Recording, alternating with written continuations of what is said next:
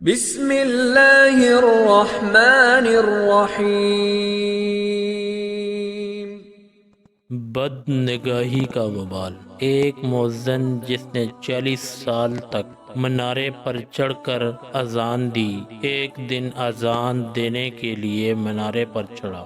اذان دیتے ہوئے جب حی علی الفلاح پر پہنچا تو اس کی نظر ایک نصرانی عورت پر پڑی۔ اس کی عقل اور دل جواب دے گئے۔ اذان چھوڑ کر نصرانی عورت کے پاس جا پہنچا اور اسے نکاح کا پیغام دیا تو وہ کہنے لگی، میرا مہر تجھ پر باری ہوگا۔ اس نے کہا، تیرا مہر کیا ہے؟ نصرانی عورت نے کہا، دین اسلام کو چھوڑ کر میرے مذہب میں داخل ہو جا۔ تو مؤذن نے اللہ کا انکار کر کے اس عورت کا مذہب اختیار کر لیا۔ نصرانی عورت نے اسے کہا، میرا باپ گھر کے سب سے نچلے کمرے میں ہے، تم اس سے نکاح کی بات کرو۔